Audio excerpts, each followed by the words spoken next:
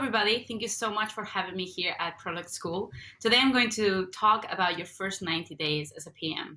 This presentation is geared towards your first job as a PM, but if you have some experience as a PM, I'm sure you will find some of these insights useful.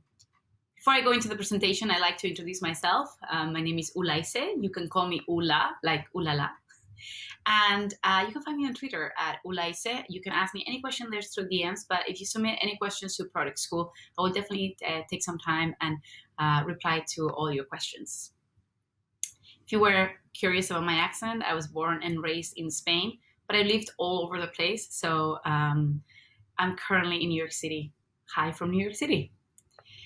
I started my software career, technology career, when I first started working in support at Squarespace.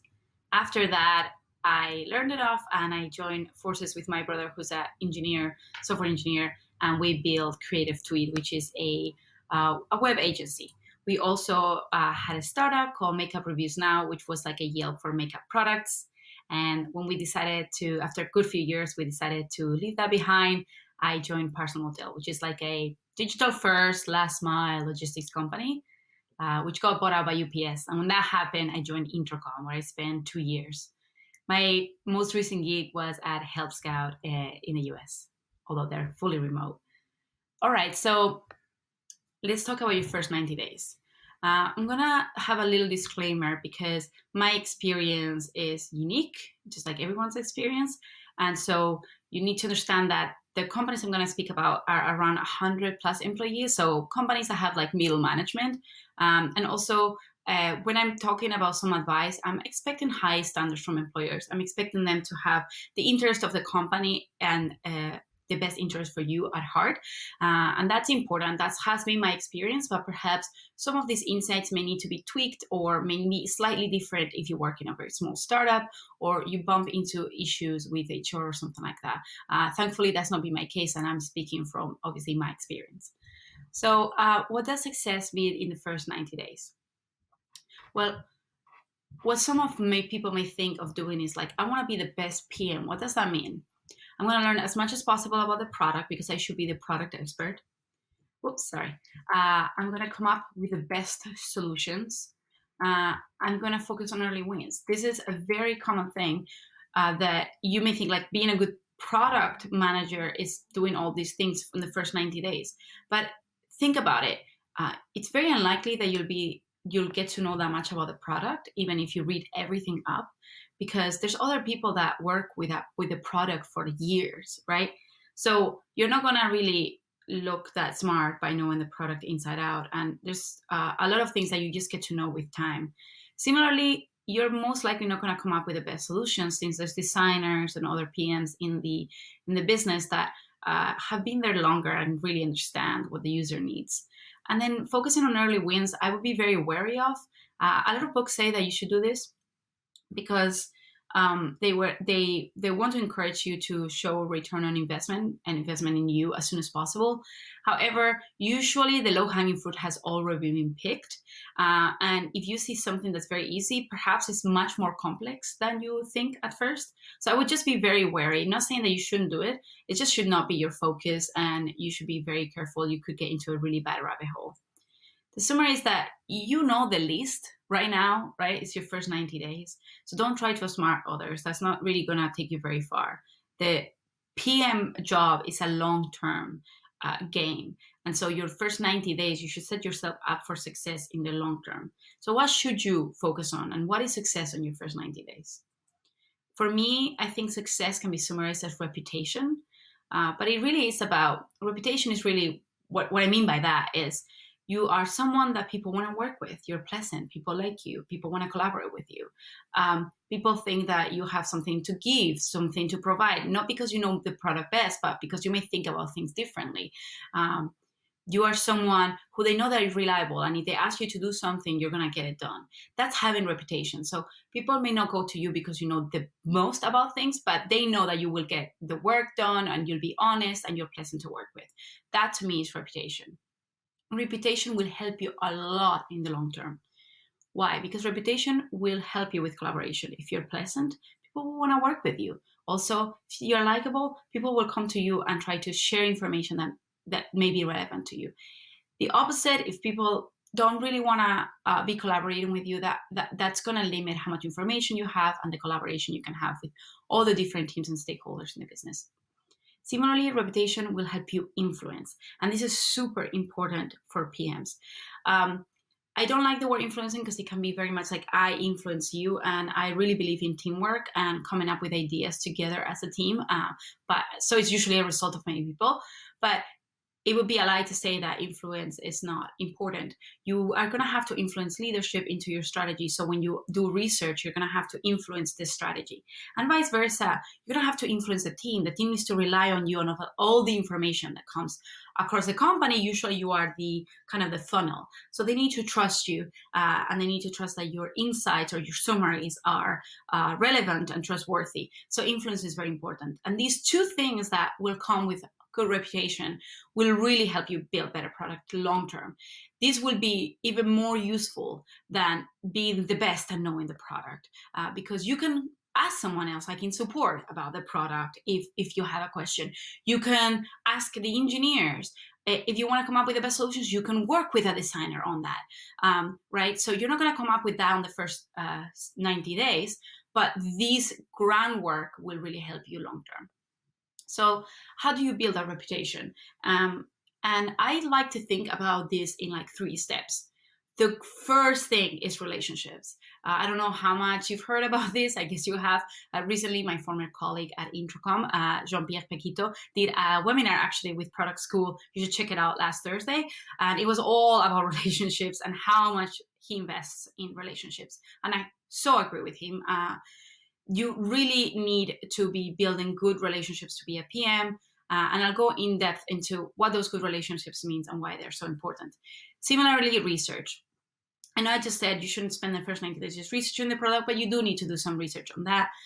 What you need to know is get information from different people, get to know the users and the processes, and reliability. Reliability is the last real piece to have that reputation. People need to know that when you say you're going to do something, you will do it. You're authentic, you're honest, and you're hardworking, and you will learn from your mistakes. So let's go into these steps a little further. First is relationships. As I said, you are the knot, right? You have leadership and the broader network. You're funneling everything into the team, and vice versa. You have the team that's going to funnel information and you're going to collaborate with to implement the strategy. You cannot be good as a PM without good relationships.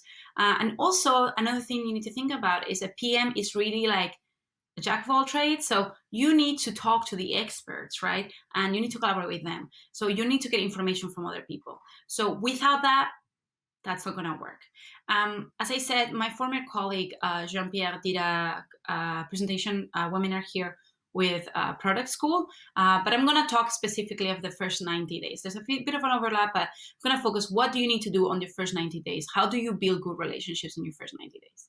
First of all, have some goals for your first meetings, because what can happen is that you may have something that's really top of mind. I've made that mistake where I've been reading up about the product of a specific area, and then I use a meeting with the CEO to talk about that.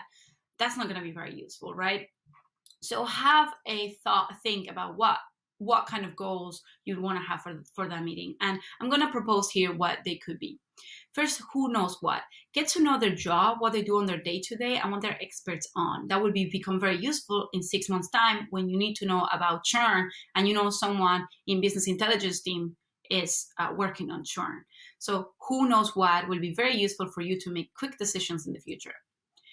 What works and what does not work in the business. This is more around knowing where you should be like excelling at based on what the company is really, really good at. And then where there are gaps that you may want to work in the future, improve in the future to be more successful long-term. You're not going to fix them right now, but it's good to start getting this knowledge in. What are their interests and motivations? This is helpful to know how to speak to them in the future, to be able to influence better in the future, knowing their interests and motivations. It also helps just like build a relationship if you find common interest. It's just going to help you out. So figure that out at the beginning. Right now, it's okay. You're not going to have chemistry with people right away, but it's a good time to just ask questions around like, what do you love doing about work? Like what what excites you? Things like that. It will be very helpful to kind of have like a framework around each person you speak to. Finally, who's willing to help? Ideally, everybody's willing to help. And the business I've worked with, I've been very lucky that people have been very, very giving with their time. But there's some particular people that are specifically helpful. They're always there wanting to help, and they're very insightful. And they really become a people you really rely on for product decisions. I personally had that with the support specialist in my last gig at Help Scout, and a lot of support people at Intercom as well were the kind of people I went to get more insights about the user when I didn't have time or the decision didn't justify going around to do research with the users. So just try to figure that out. It will become kind of easy, and then they will become your real alliances. What people you need to meet. This may become obvious to some, but may not be so obvious to many. To begin with, your team. Actually, some senior PMs don't talk to their teams all the time. As I said, JP, Jean-Pierre, had this in the webinar, and he spent a lot of time with their team, and so did I. I had coffees every day, or I went for a coffee like within the company all the time at Intercom. And at Health Scout, which is a fully remote company, I set up one-on-ones with the team right away. Every team I was assigned to, I set up one-on-ones. And this really helps them open up. They're going to give you, so for example, an engineer may know something that they find relevant in product. They don't have trust or they haven't built a relationship with you. They may keep it to themselves. But if they know that you really care about what they have to say, they'll come up to you with that information. And that will make you a better PM and will build better product. So make sure you invest in those relationships. You, as a PM, can only be good as your team, because without the team, you cannot build product, right? So bear that in mind. Don't undermine the team. The broader network. This is the people that do not influence your reviews or your paycheck, but will be incredibly useful to build a holistic strategy and to make also decisions, product decisions, to understand the user. So let me explain that. The broader network are made out of two kind of people. I would say first is like across, which is support, sales, marketing. Those people know a lot around their side of their business, and their perspective is very valuable to the strategy. But also, they often spend more time with users and understanding users or competitors. So sometimes your time as a PM is limited, and having those people that you speak to will be very, very, very, very useful for small decisions. So both strategy and short-term decisions. You want to rely on those people, build good connections. I personally have always good connections with sales, marketing, and support. It's super important. And then there's the leadership. I would say do not meet leadership right away. I made that mistake of meeting leadership early on. Usually the meetings become very superficial because you don't know enough about the business and you don't have the good questions. So try to meet leaders after 2 months in the business so that you have some groundwork to have a very juicy, productive conversation. But most of all, do not neglect them. And then your boss, this is obvious. Obviously, you need to speak to your boss. But in some companies, you won't have established one-on-ones. Try to have reoccurring established one-on-ones. Because speak about how to work with your boss forever. But I'm going to just have a small slide with a few tips on what to do in your first 90 days. The most important thing you can do is to clearly define your success criteria together with your boss. Sometimes that's already good. Companies should have a job ladder or kind of like some sort of like, what does a good product manager look like in your business? I've made this mistake of not having that. And then once managers change, their perspective on what a good PM look like changed. And that did not set me up for success. It created a lot of friction and it was very confusing. You could be working your ass off for 6 months and thinking that your priorities are correct, but they're not the priorities that your boss wants. So defining the success criteria will be extremely helpful for you to be successful long-term. And it's something that you should be able to ask for. Now, this takes time. Your boss will need to take time to do this. And so be very appreciative, be very grateful, try to make it easy on them, maybe drive it if there's nothing there. So have some bullet points and be like, hey, what does a good PM do? What about design? What about this? What about that? Try to find something online and then try to make it easy for them and be very appreciative. If they're willing to do it on their own, Let them do it because they understand the business better than you do. They feel hesitant, then try to guide them and help them through it. The second thing is assess who is responsible for various decisions in the team. This may seem obvious because you may have a framework of what a good PM looks like and how they work with an engineer manager, with a designer, with engineers, and with other PMs. However, the more experience you gather in different companies, you will realize that the PM role is very different. I've had PM roles where you do no design, PM roles where you do just the wireframing, PM roles where you do all the design. Similarly, you may be more asked to do people management or less people management. You may be asked to be more technical or less technical. What happens is that if you come in and assume that you need to make certain decisions, you may step on people's toes, and that may be a bit conflictive and create some friction that's unnecessary. So don't take that for granted. That's something I've learned the hard way. Ask your boss, when it comes to product debt, who makes the decision, the engineer manager or me? Informed by who? Who drives that decision? Usually decisions are made as a team, but who drives those decisions? What is expected? How much design are you expected to do? Are you expected to do wireframes? Anything like that, it's going to be very helpful. Just ask those questions on your one-on-ones as much as possible. It will really make sure you don't step on people's toes. Assess communication style.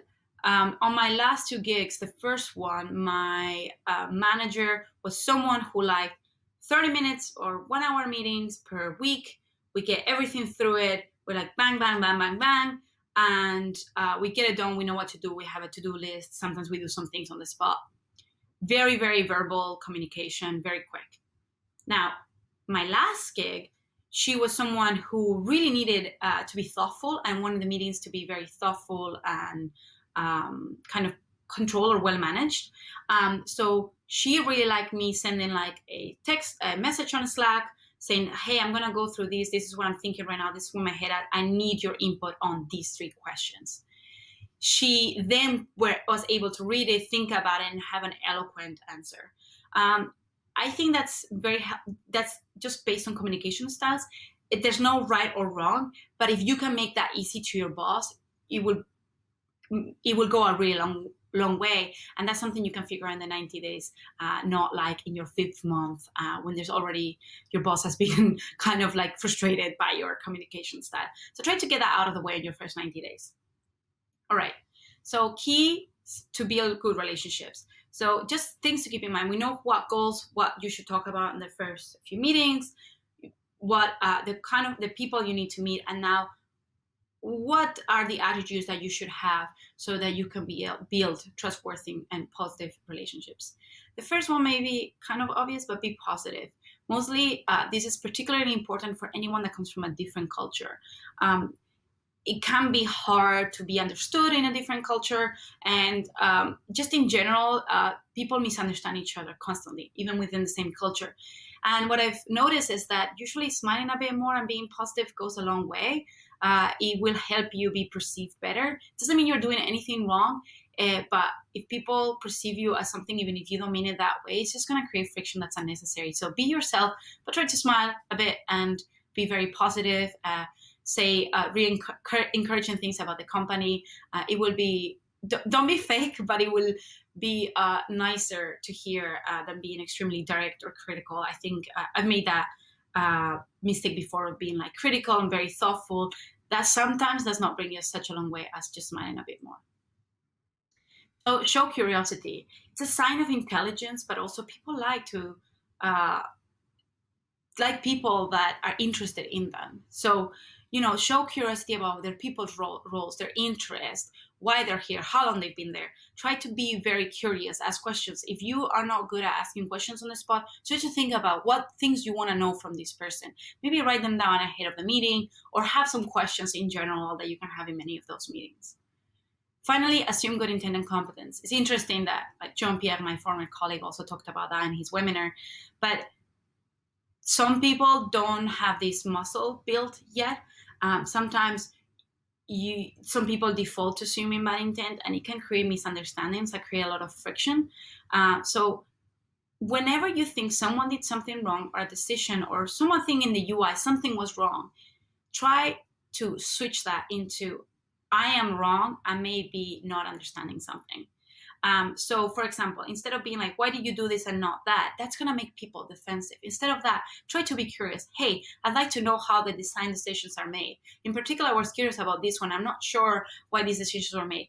Most likely, you're working with smart people that had to make a sacrifice that you don't have the full picture of. So just try to assume good intent and competence. Again, it will. Most people have good intentions and are competent, and maybe they will say, yeah, we made a bad mistake, and that will be much easier than you assuming that from them, because they are already frustrated if they made a mistake. So it goes a long way even if they've made a mistake. Be positive, be curious, and always assume good intent, even at the most frustration times. Finally, help others. In my last gig, the director of design was trying to pitch the CEO to hire a new content designer. And this was the first content designer. And she knew I've worked with content designers and I love working with them. And so she was like, hey, can you help me with that pitch? Was that part of my role? No. Did I do it? Yes. Did that help me long-term with the director of design? Hell yeah. And it's not just because he was the director of design. Anyone that you can help, mostly at the beginning, usually you have more time, do it. It's going to speed up that relationship so much.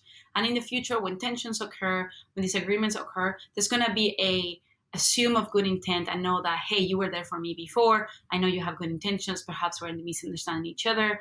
And they will just help you out as well. So anytime you can help other people, mostly at the beginning, do so. In the future, sometimes, don't overcommit, but, try to do that even if it's not part of your role. So just a little recap on how to build relationships, which is the most important piece. Be mindful of your meeting goals before you go. Try to make sure that they're productive. Meet your team, product network, and boss. Don't forget about any stakeholders. They're all important to your job. And remain positive and curious. Finally, help others and assume good intent. Just be a nice person. It will go a long way. So, okay, research. What to do about research. I know I said, hey, don't spend all your first 90 days reading about product, but you do need to read up. You need to read about the product, users, and the process. Anything you find online on the wiki, just read it. And you will find out that you will run out of things to read very quickly. Even if you read every single document, you will run out of things, and it will not tell you everything. Every public doc, for example, it's not going to say about all the bugs that the product has. So after you do this and you've done your due diligence, again, know who knows what. Most information is in people's head, and this is why relationships is the first block at the bottom, and then it's research on the second. Because if you don't know who knows what, you cannot do your research properly. So again, focus on those relationships, but as well read up. And once you read up, you hopefully will know who knows what, so you can access the right information. And the one thing that I would say is worth spending time on is getting to know your users. Why? Because research improves user problems is the most expensive thing to do. Research is very expensive. Recruiting, having to talk to every user, then summarizing that, it's very expensive. But it is also most likely a job that has been neglected because it is that time consuming. Even if you have researchers, they would be the ones you really want to speak to, but they may be focused on a specific area of the app, but they may not be focused on the area of the app that you own. So, and that you're managing. So the one thing I would say that will go a long way with reputation is knowing the users. Both engineers and designers in your team will absolutely love when you have insights about the users. I really saw this happening. When I joined the API team at Help Scout, I didn't have much to provide. The engineers were absolutely excellent. They were very senior. They had been there for a really long time. Interviewing users is something that they hadn't done because that's not their job. And so when I was able to bring insights, whether positive or negative, they were very, very thankful about it. And they could see I could provide value very quickly to them. So do this, it will go a long way, not just for your team, but also for leadership. Know your users. So how to do research? Yeah, read up. After that, look for the people that know their stuff and what they know. And then research users with a product lens. Here I added a product lens just briefly. Support and sales may know the user better because they talk to them all the time, but you have a product lens, and that's going to be the difference on the value you can provide. Finally, reliability. That's the top one. So even if you have great relationships and you've read up and done all your research and all the users, if you don't do the things that you say you would do, if you're not reliable, you're not going to have the reputation in your first 90 days. So how to be reliable. When I think about being reliable, I think about a bank. A bank is a kind of service I don't want to hear from, but I want them to do the thing they say they would do because they're managing my money, and that is important, right? So they're not like influencers, which I don't know. I don't really care if they mess up, but I want to hear from them all the time. Very, very different. A bank stays quiet. Anytime you want to check your bank account, it's there for you. If they ever mess up, they better come to you, let you know ahead of time, and tell you what the solution and the plan is, right? Because if there wouldn't be anything worse than going to your bank account and you lost $1,000. That would be dreadful. And then you have to call them and all of that. You don't want that, right? So similarly as a PM, what's the perception you want from your boss? Do what you say you would do. If you say you would do something, you have to do it. You have to be reliable. Then do not overcommit. If you want to achieve that, you have to not overcommit. Don't say yes to everything right away if you're not sure. Even if you say yes, just say right away, oh, I cannot do that. Just make sure you don't overcommit. And give notice if you fail. If you ever fail at a task that you were given, let's say that you say you would submit something by Wednesday and it's Tuesday and you cannot submit it by Wednesday. Tell them on Tuesday and say what you're going to do about it and why. Say, hey, because of this somebody asked me to do this and it's more urgent, or we had this bug and it's more urgent, I'm going to have to postpone this to Friday. And this is why. Are you okay with those priorities? Ask your boss. De-risk that decision. Make sure that they feel that they're in control and they can rely on you. By no means don't hide mistakes. You will get caught very quickly and your reputation will tank because now they feel like they need to micromanage you. So that would not be great. Even if you are great to work with, this would just be a complete red flag. Another thing that you need to think about is showing growth potential. So reliability is not about the mistakes you would do, but it's about how you learn from them. So bear in mind, when they hire you, they don't want you to be perfect PM the first month. That's not really true. Mostly if you're junior, they're buying into your future self, into your growth and how much you can learn. Mostly in really good companies like at Intercom, they really are like, okay, if you can grow, we know that will be an investment that will be worth investing in. So be very mindful about that. It's okay to make mistakes. It's not okay to hide them. It's not okay to not learn from them. That's what you really want to do. So when you're given feedback on your first 90 days, and it will be common, it's normal to get feedback on your first 90 days, accept, process, and grow. It's funny, like my former colleague has the same thing, and you can check out, he goes into depth on how to accept feedback. When people are giving feedback, it's a very sensitive situation. So first of all, be very appreciative. Remember that this person had the it was mindful enough to go to you and say, I think you've done this wrong, or I think that you've done this right. That's very vulnerable. So be very appreciative, accept it. If you don't know how to answer, don't answer right away. You don't need to. You say, thank you very much for telling me that. I'm going to think about it and I'll get back to you. You can process this. You can take time, whatever time you need, and then tell them, thank you very much for saying, I can see where you're coming from. If you don't know where they're coming from and you don't know how to improve, ask them questions. Hey, it still doesn't resonate. I would love to ask a few more questions. How did it make you feel? All of that thing. You can ask questions. Curiosity is okay, because that way you can, don't say yes, oh yeah, I'll do that, but then you don't know how to do it, because you need to be able to grow and be reliable. So accept it, process, and grow. If people don't give you feedback, it's normal, because sometimes that's hard to do. They should. Ideally, we have a feedback culture, but a lot of people are fearful of conflict. So seek the feedback. It's okay if you did an important meeting, you ran an important meeting, you said, hey, was that okay? I'm not sure about it. Try to grab someone that was at a meeting that you feel comfortable with. Ask for feedback. I think most people, if you open that door, will be more likely to give you that feedback. And then be reliable. Do what you said you would do. If you accept that feedback and you say you're going to grow, do it. And if you make that mistake, be self-aware and say, hey, I'm sorry. I know I made that mistake again. I'm really, really sorry. I'm working on not doing it again. That's okay. People love vulnerability and usually trust people that can be vulnerable. That has worked really well for me, by the way. When I've made mistakes and I've been honest in front of the team on a retrospective and said, I don't think that meeting went well, I feel bummed out, people are very understanding. You know, it's 40 hours a day that you're there. Sometimes you make mistakes. And usually when you acknowledge them, people really kind of actually like to see that. It's relatable and it's okay. So how to show reliability? Be a bank, aka no surprises. Say what you do what you said you would do. And if you don't, just make sure you don't give any surprises. Seek feedback and process it, accept it, and grow from it. And be reliable. Again, do what you said you would do. So here are the 3 steps. As you can see, without good relationships, you cannot do the proper research because people have that information in their mind. And without reliability, without research, you're not going to be able to progress in the company and set yourself up for success long term. Finally, reliability will be the one key for good reputation. Just being able to be someone that grows and learns will be the best reassurance to your employer that they made the right decision because they hired you.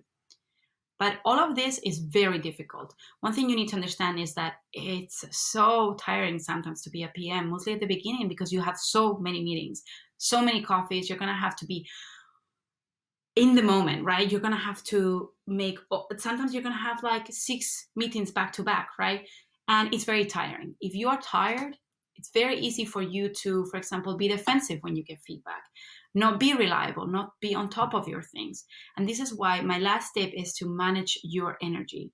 I've made this mistake that I've joined a company at a time where my life around me was very stressful. For example, when I moved to New York or I just got married, it can be very, very, very stressful. So sometimes when you prepare for a company, to join a company, you're going to try to do research about the company. If you can do one thing, is manage your energy. So this is like build a routine so that when you wake up in the morning, you go to work, you don't need to think about your breakfast, you don't need to think about anything. Build a routine, a healthy routine, a time that you go to sleep and you wake up. This will make you a much better version of yourself. Clear your calendar. If you are going to invite 20 people to your house the weekend, not during coronavirus, don't do that, but if it's the weekend that you start a new job, that's not going to be a good time to do that because Monday you're going to feel exhausted. You're not going to be recharged. And this is going to be a very stressful time. So make sure you clear your calendar and you remove distractions. These 3 things will set you up with the right energy to tackle all those meetings, all those coffees you're going to have, all that research, all that information you're not going to have to sink in and be the best version of yourself. So make sure that if you're prepping for your first 90 days at a job, you make sure your first 90 days are cleared off and you are the best version you can be.